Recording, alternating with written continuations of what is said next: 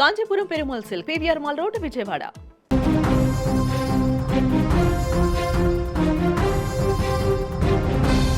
అనకాపల్లి జిల్లాలో భారీ అగ్ని ప్రమాదం చోటు చేసుకుంది. అచ్యుతాపురం నాన్సెజ్లోని ఎస్విఎస్ రసాయన పరిశ్రమలో భారీగా మంటలు ఎగిసిపడ్డాయి. సోడియం హైడ్రాక్సైడ్ తయారు చేసేటువంటి ఈ పరిశ్రమలో భవనం కింద భాగంలో మంటలు చెలరేగాయి. మండే స్వభావం గల రసాయనాల వల్ల వెంటనే భవనమంతా కూడా మంటలు వ్యాపించాయి. విధుల్లో ఉన్నటువంటి కార్మికులు ప్రాణ భయంతో బయటకు పరుగులు తీశారు.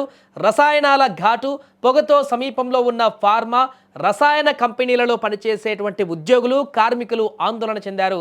మరోపక్క మంటలు ఆర్పేటువంటి క్రమంలో అగ్నిమాపక సిబ్బంది ముగ్గురు స్వల్పంగా గాయపడ్డారు. ప్రమాద ఘటనతో ప్రత్యేక ఆర్థిక మండలి ఉలిక్కిపడింది. ఎలాంటి ప్రాణనష్టం జరగలేదని కలెక్టర్ విజయకృష్ణన్ చెప్పారు. 2023లో ప్రారంభించినటువంటి ఈ కర్మాగారానికి రసాయనాల నిల్వ వినియోగానికి సంబంధించినటువంటి అనుమతులు ఉన్నాయన్నారు. సో ఈ నేపథ్యంలో ఇక అనకాపల్లి జిల్లా పరిధిలో పరిశ్రమలలో ఏ చిన్న ప్రమాదం జరిగినా కలవరపాటుకు గురి కావాల్సి వస్తుంది. భద్రతా ప్రమాణాలు పాటించకపోవడం వల్లే నాన్సెజ్లోని ఎస్విఎస్ ఫార్మా కంపెనీలో ప్రమాదం జరిగిందని ప్రాథమిక సమాచారం. జిల్లాలో చిన్న పెద్ద కలిపి 150 పరిశ్రమలు ఉన్నాయి. వీటిలో అధిక శాతం ఔషధ కంపెనీలే. విషవాయువుల లీకేజీ అగ్ని ప్రమాదాలు జరుగుతుండటంతో కార్మికులు పరిసర గ్రామాల ప్రజలు భయాందోళన చెందుతున్నారు.